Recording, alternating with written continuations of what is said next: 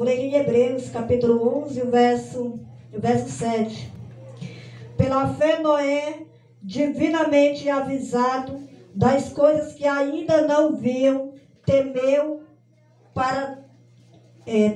e para a salvação da sua família preparou a arca pela qual condenou o mundo e foi feito herdeiro da justiça e segundo a sua fé. Aleluia, glória a Deus. Hoje nós vamos falar sobre fé. Fé, eu costumo dizer que é o combustível da nossa vida, é a fé. Às vezes nós estamos fracassando, né, que o combustível está pouco, mas aí nós vamos lá, dobra o joelho, Jesus vem, recarrega, reenche o tanque novamente e nós ganhamos força e continua a jornada. Aleluia. Irmão, quero dizer para os irmãos que depois que eu conheci Hebreus 11, que eu agarrei, eu guardei dentro do meu coração, a minha vida tudo mudou. A minha vida tudo mudou para melhor. Depois que eu me agarrei em Hebreus 11, ele diz, ora, a fé é o firme fundamento das coisas que não se espera e a prova das coisas que não se vê. Depois que eu conheci esse versículo, que eu guardei ele dentro do meu coração, na minha vida tudo mudou. Tudo mudou para melhor. Hoje na minha vida tudo é conquistado pela fé, porque Deus quem transmitiu a fé no meu coração, e essa fé eu levo ela por onde eu ando, eu levo essa fé. Quem me conhece sabe que a minha vida não é fácil, que eu tenho vivido pela fé, através da fé, porque Deus é a nossa fé, é a nossa esperança. Deus em Cristo Jesus é a nossa fé, é a nossa esperança, que nós nos permanecemos aqui nessa terra, é aquilo que nós carregamos para sobreviver, porque a sobrevivência, irmão, para o crente não é fácil, é muito difícil, e se nós não se agarrarmos na fé que nós temos em Cristo, nós fracassamos. Então nós temos que se agarrar nessa fé. A fé tem o poder de transcender aquilo que é sobrenatural, ou seja, a fé tem o poder de ultrapassar os nossos limites. Nós somos limitados, nós temos nossos limites, né? Às vezes acontece coisas que nós dizemos, eu estou no meu limite. Eu não aguento mais, eu já estou no meu limite. Mas através da fé nós ultrapassamos o limite. Nós somos limitados, mas o nosso Deus não é limitado.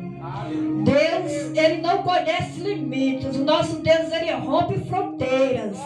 E é assim que nós somos. Através da fé nós rompemos fronteiras. Quantos casos nós temos na Bíblia de pessoas que alcançaram o seu milagre através da fé, né? E com nós não é diferente, porque nós servimos o mesmo Deus. Nosso Deus não muda.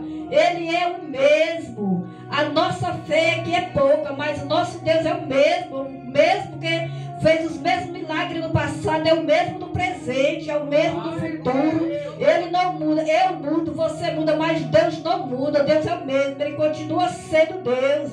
Se der certo, Ele é Deus, se não der, Ele é Deus, né? Se nós alcançar os nossos objetivos, Ele é Deus. Se não alcançar, Ele vai continuar sendo Deus. Ele não vai mudar por causa do tamanho da minha fé. Ele vai continuar sendo Deus. Então, o nosso Deus, Paulo, quando ele escreve a carta de Hebreus, Hebreus não é apenas uma carta. Hebreus é o maior sermão bíblico das Escrituras. Está em Hebreus, que foi escrito pelo apóstolo Paulo. Paulo ensina aos santos sobre a verdadeira natureza de Cristo. A verdadeira natureza de Cristo é fazer milagres. E faz milagres através da nossa fé. Através da nossa fé nós conseguimos os milagres que Deus tem preparado para nós. Deus tem grandes coisas preparadas para nós que nós ainda não alcançamos, porque nós fica limitando a nossa fé. Nosso Deus é grande. Acredita, crê no teu Deus, busca coisas grandes, porque o nosso Deus é grande. Nosso Deus é grande e Ele não é limitado. Tudo aqui na terra tem os seus limites. Até os mares, a natureza tem o seu limite, né? Quando o mal ultrapassa o seu limite, causa uma catástrofe na natureza. E assim somos nós também. Quando nós paramos o nosso limite, nós causamos uma catástrofe na nossa vida espiritual. E quando a vida espiritual está bem, tudo vai bem. Agora, se a nossa vida espiritual não estiver bem, o resto desanda. Porque nós somos movidos através do espiritual. Nós somos movidos através do sobrenatural que nós alcançamos no nosso Deus, que está conosco em todos os momentos. Irmão, nós falamos aqui sobre a fé. Paulo fala sobre a fé, ensinando na carta de Hebreus, ele escreve sobre a fé, falando aos santos, que ele diz santos,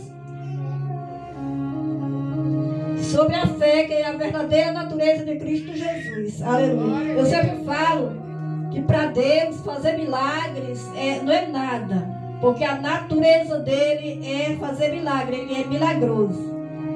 Agora para nós, quando Deus faz um milagre em nossas vidas, para nós fica maravilhado.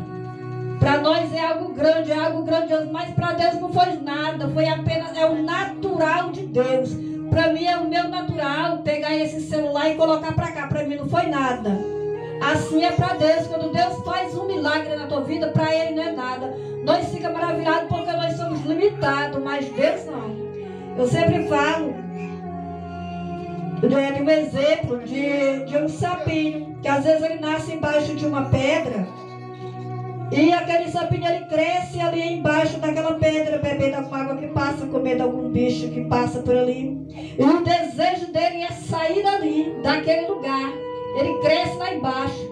Um dia aparece alguém, retira aquela pedra e ele sai pulando numa alegria enorme, adorando e glorificando, que a Bíblia diz que todo aquele que está em fôlego louva ao Senhor. Para ele foi um grande milagre. Ele foi liberto daquela cadeia que prendia ele, daquela prisão. Para a pessoa que tirou a pedra não foi nada. Ele apenas tirou a pedra do lugar que foi o natural dele. Assim é Deus na nossa vida. Nossos milagres para nós é coisas grandiosas, mas para Deus não é nada, porque o natural de Deus é fazer milagre. O nosso Deus é o Deus de milagre. Nós só temos que botar a nossa fé em ação, saber usar a nossa fé da maneira correta, e Deus vai fazer o milagre. Pode deixar o resto por Ele, porque Ele vai fazer o milagre. Eu tenho muitos milagres assim da minha vida para me contar. Se eu fosse contar todos, eu ia passar a noite aqui contando milagres. Eu tenho grandes milagres. Tem um milagre aqui do Alisson. Cadê o Alisson? Está aqui não, o Alisson. O Alisson, para quem não sabe, o Alisson nasceu cego. O Alisson, quando ele nasceu com um cordão umbilical apregado por cima dos olhos dele. Nós fomos ali para a Imperatriz, o médico fez uma cirurgia para descolar o cordão. E ele descolou e o Alisson ficou 15 dias internado. Naqueles 15 dias ele fazia exame todos os dias. E sobre os exames contestou que o Alisson era cego. E ele disse que o Alisson não ia enxergar. O branquinho do olho dele era vermelho. Passamos 15 dias ali em Imperatriz com o Alisson, quando a gente veio para casa. Agora, passados os dias, eu colocava o celular assim, aí ele virava e dizia assim: menina, que não é cego não. Aí o Alisson ficou passando 2 meses depois, nós voltamos lá e eles repetiram todos os exames. E os exames deu totalmente o contrário do primeiro. O Alisson estava enxergando, o Alisson enxerga mais do que eu hoje. O Alisson estava enxergando tudo. Então por isso que o Alisson, ele é um grande milagre. O Alisson é um grande milagre assim, de Deus assim, na minha vida. O Alisson, ele é um grande projeto de Deus na terra. O Alisson, ele gosta muito das coisas de Deus, ele gosta de pregar, ele gosta de cantar. Eu sempre faço vídeo dele pregando, ele cantando, porque eu creio que Deus tem uma grande obra na vida do Alisson. E todos nós lá em casa, nós temos um milagre. Eu estou contando isso para edificar assim, a fé dos irmãos. Todos nós lá em casa temos um milagre. A Vitória tinha um problema no ouvido desde quando ela tinha 3 meses de nascida. A Vitória foi curada aqui nos cultinhos, na área ali, ó. Começou a fazer campanha e a Vitória foi curada aqui, quando tudo começou aqui no ministério, aqui que nós fazemos cultos aqui na área, aqui do lado. E a Vitória foi curada ali, recebeu o milagre dela. Então todos nós lá em casa temos um milagre para contar. Da minha vida eu tenho muitos milagres, porque eu sirvo um Deus de milagre. A minha vida é um milagre, a minha vida. Então todos nós temos um milagre. Cada um dos irmãos aqui tem um milagre para contar. Eu vi um vídeo muito interessante um dia desse aí atrás, que eu achei lindo. contou a história de um rapaz que ele era do interior de Goiás, parece. Ele era um rapaz humilde, de família humilde, muito estudioso. E ele ganhou uma bolsa de estudo e foi para a cidade. E quando ele chegou lá na faculdade, todo mundo percebia que ele era do interior, né? E ficava tirando onda com ele. E tinha um professor na sala, que esse professor disse que era ateu. E todas as pessoas que chegavam lá, que ele percebia que as pessoas eram crentes, ele ficava tirando onda com as pessoas. Aí disse que ele chamou esse rapaz. Aí ele olhou para ele com a Bíbliazinha na mão, disse que lá no meio da sala, excluído de todo mundo excluía ele pelo jeito dele. Aí esse professor começou a dar aula de literatura lá na sala. Aí em algum momento disse que esse professor disse que nós sabemos que Deus não existe, né? O mundo foi feito de um planeta que explodiu, tal. Nós sabemos que Deus é uma imaginação do ser humano que ele carrega na mente dele. Cada um acredita da maneira que quer. Nós sabemos que ele não existe. Alguém aqui pode me provar o contrário? Ele fazendo isso para provocar o rapaz, né? Aí disse que todo mundo ficou calado. Aí o rapaz disse: eu, professor, eu posso provar que Deus existe. Aí ele disse: e como é que tu prova que Deus existe? Ele disse: eu sei que ele existe porque ele falou comigo hoje. Hoje à tarde, antes de eu vir para cá, ele falou comigo: Deus existe, professor. Aleluia. Aí ele disse: Deus existe. Ele disse: existe. Pois então nós vamos fazer um teste. Aí que o professor pegou um ovo que estava na gaveta, que ele já tinha levado isso de propósito, né? Aí pegou um ovo e disse para ele: pois nós vamos saber se Deus existe. Eu vou soltar esse ovo. Se o ovo bater no chão e quebrar, Deus não existe. Mas se ele bater no chão e rolar e não quebrar, Deus existe. Você aceita? Aí o rapaz disse que sim, que aceitava. Aí ele disse: então vamos lá. Aí ele disse: só tem uma coisa. Eu posso fazer uma oração antes do Senhor soltar o ovo? Aí ele disse: sim, pode orar, mas você é ousado, viu? Aí disse que o rapaz levantou a mão, orou e disse: Senhor, eu sei que tu existe porque tu falou comigo hoje, antes de eu vir para cá, o Senhor falou comigo. E eu sei que tu existe. E para provar que tu existe, esse professor vai soltar o ovo, ele vai bater no chão, vai rolar, não vai quebrar, porque eu sei que tu existe, eu sei que o ovo não vai quebrar. Agora, quando o ovo bater no chão, rolar e não quebrar, Senhor, mata esse professor, para ele saber que contigo não pode brincar. E o professor disse: não, mas não tinha esse negócio de morrer ou não morrer. Ele disse: não, professor, pode soltar o ovo, Deus não existe, né? Ele: não, mas não tinha esse negócio. Aí ele solta o ovo, professor. E aí disse que o professor passava o ovo de uma mão para outra. Não, mas não tinha esse, não, mas você disse que ele não existe, solta o ovo, professor. E ele ficou insistindo. E o professor terminou: não, vamos parar de brincadeira. Ele guardou o ovo de volta. E a sala toda ficou criticando ele. E daquele dia para frente o rapaz ficou conhecido como homem de Deus na faculdade. O professor perdeu o moral na faculdade. Aonde via ele, os alunos diziam: professor, cadê o ovo? E ele perdeu o moral. E aquele rapaz foi exaltado ali naquele lugar. E o professor não aguentou as críticas, trocou de faculdade, saiu da escola. Ele não aguentou as críticas que ele passou, porque ele foi envergonhado, tá entendendo? E com Deus não pode se brincar mesmo, porque a pessoa é envergonhado. Quem brinca com Deus cai do cavalo. Saul caiu do cavalo. Todos aqueles que se levantam contra Deus, ele não tem boa história para ele contar, porque o fim dele é triste. Aquele que se levanta, aquele que brinca com Deus, é igual aquele que brincou com Deus, tem que morrer. Então não pode brincar com Deus. Nosso Deus é coisa séria. Deus é coisa séria que nós não podemos brincar com Ele. Ai daquele que se levantar contra o Senhor dos Exércitos.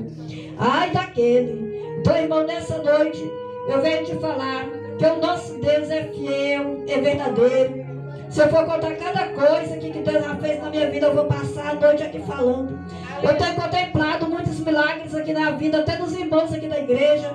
Muitos milagres. Aqui eu, a irmã Helena, nós orávamos muito juntos assim. Agora nós estamos voltando assim, olha.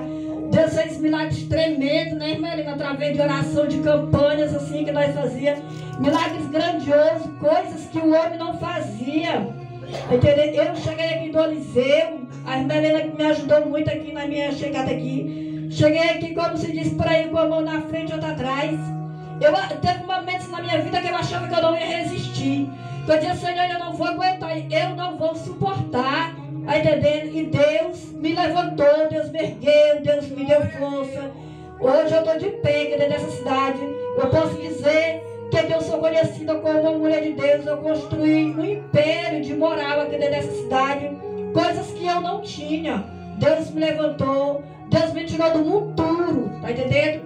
E me limpou, me banhou, me lavou, me vestiu, me colocou entre os príncipes e as princesas. Que eu olho para trás e eu digo, quem era eu? Quem era eu? Tá entendendo? E hoje eu estou aqui, ó, linda, bonita, maravilhosa. Tá entendendo? Porque Deus me pegou, me restaurou, apagou todo aquele passado, todas aquelas coisas e me colocou aqui e eu estou aqui. Eu nasci em berço evangélico, mas nem toda a vida eu fui crente. Eu nasci aos 14 anos, eu me desviei, eu entrei num mundo profundo, profundamente. Eu tive uns 13 a 14 anos desviada e no mundão. Eu não tinha mais nem vontade de voltar para a casa do Senhor. No início foi difícil para mim me acostumar no mundo, porque eu não conhecia o mundo. E quando eu entrei, eu me aprofundei de uma tal maneira que eu não tinha mais vontade de ser crente. A primeira coisa que eu criei foi raiva de crente. Quando o crente vinha falar, dizia, oh, eu conheço, eu já sei tudo. A primeira coisa que eu criei foi raiva de crente. Eu não queria mais saber de crente, eu não queria saber de não. Eu dizia que o único crente que eu gostava era a minha mãe. Que era minha mãe, era o único crente que eu gostava. Eu não queria mais saber de crente. Eu resolvi ficar aqui no mundo. Mas Deus, quando Deus tem um propósito na nossa vida, aonde você estiver, Ele vai te buscar. Lá você não fica. Então Deus me trouxe de volta, me puxou pelo anzol. E pelo anzol dói. E me trouxe pelo anzol. E muitas vezes eu quis me afastar, eu quis parar. Mas Deus nunca permitiu. Deus sempre vai lá, me reanima, me dá uma injeção de fé, de força. E novamente eu me levanto novamente. Eu já tive momentos na minha vida de eu querer tirar a minha própria vida, de eu pensar em tirar a minha própria vida. Eu já tive momentos tão difíceis na minha vida de eu pensar assim. Mas Deus vai lá e sempre me resgata. Deus vai lá, Deus usa alguém para dizer que Ele me ama, que eu sou importante, que eu não estou aqui à toa, que eu não estou sozinha, que eu não sou sozinha porque Ele está comigo. Deus me deu uma fé inabalável hoje para a honra e a glória do Senhor. Deus me deu uma fé inabalável que tudo que eu vejo, eu olho, eu quero, eu não posso, eu vou para o joelho. Eu vou para o joelho e digo, Senhor, entra comigo nessa batalha, entra comigo nessa peleja. Eu ainda tenho muitas guerras pela frente que eu tenho lutado, que eu estou guerreando, mas eu sei que Deus está comigo e que eu ainda vou contar esse testemunho, porque o Senhor está comigo. Essa fé que nasceu dentro de mim é uma fé que foi criada mesmo por Deus aqui dentro de mim. É uma fé que eu não tinha mais, apesar de eu não ser conhecedor da palavra desde o berço, desde o início, desde criança. Mas eu não tinha mais, aquela fé morreu. Que às vezes a gente tem uma fé, o inimigo usa para cutucar, para nossa fé naufragar. O inimigo todo dia tenta matar a fé que tu tem, porque ele sabe que é através dela que tu vai chegar perto de Deus. E todo dia ele tenta diminuir, ele tenta acabar com aquilo ali. E a gente vai lutando, vai lutando. E quando Deus vê que você não aguenta mais, Ele entra e age nos 45 do segundo tempo. Está encerrando. E Deus entra e age e faz grandes providências. Porque quando Deus entra na minha e na tua vida, Ele deixa história. Quando Deus entra na tua casa, tu tem história para contar. Tu tem testemunho para contar. Quando Deus chega, aonde Ele chega, as coisas não ficam mais do mesmo jeito. Uma coisa acontece. Quando Deus entra, irmão, a nossa vida muda. Tudo muda. Mesmo que no início você acha que vai morrer, mas você não morre porque Deus não deixa o crente morrer na prova. Você pode ultrapassar o vale da morte, mas dentro dele você não fica.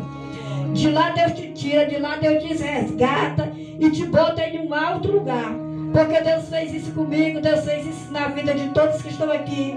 Porque se Deus não tivesse entrado na nossa casa, ninguém estava aqui. Porque a nossa vontade, tem dias que Ele está em casa. Eu não tenho mais essa vontade hoje. Eu posso estar do jeito que eu tiver, eu passo o dia inteiro aquilo ali na minha cabeça. De noite eu vou para o culto, de noite eu vou para a igreja.